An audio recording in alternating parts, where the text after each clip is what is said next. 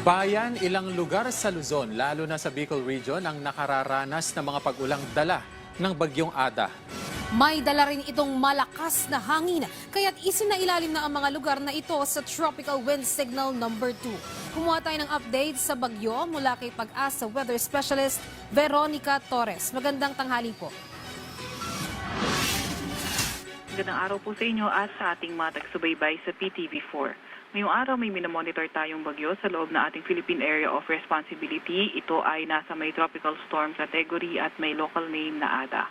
Kanina alas 10 na umaga, ito ay huling namataan sa coastal waters ng Baras, Catanduanes. Nagtataglay ng lakas na hangin na 85 kilometers per hour malapit sa sentro at bugso na abot sa 115 kilometers per hour. Kumikilos sa direksyong Hilagang Kanluran sa bilis na 15 kilometers per hour. Dahil nga dito sa bayong ito, nakataas ang Tropical Cyclone Wind Signal number 2 sa may eastern portion ng Camarines Norte, eastern portion ng Camarines Sur, Catanduanes, Albay at Sorsogon.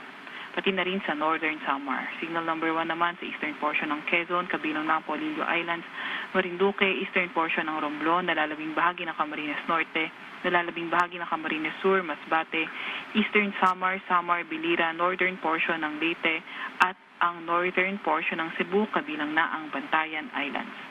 Meron din tayong nilalabas na weather advisory. Ito ay updated kaninang 11 ng umaga kung saan higit pa sa 200 millimeters na mga pag-ulan ang inaasahan sa Catanduanes, 100 to 200 millimeters na mga pag-ulan sa Camarines Sur, Albay, Sorsogon at Northern Samar at 50 to 100 millimeters na mga pag-ulan sa Quezon, Camarines Norte, Masbate, Eastern Samar at sa may Biliran. Meron din tayong nakataas na gale warning sa eastern seaboards ng Southern Luzon at Visayas, kaya kung maaari, huwag mo nang pumalaot sa mga lugar na iyon dahil magiging maalon hanggang sa napakaalon ng karagatan. Nakikita nga rin natin na ngayong araw, posible niyang tahakin yung northwest na direction, and then by tomorrow, posible itong tumahak sa north direction or hindi kaya northeast na direction. At nakita natin habang binabaybay nitong karagatan silangan ng Luzon, mananatili ito na tropical storm pero not ruled out na ito ay maging isang severe tropical storm. Pagdating ng January 20, hapon or gabi, posible itong humina at maging isang tropical depression dahil sa epekto or surge ng amihan.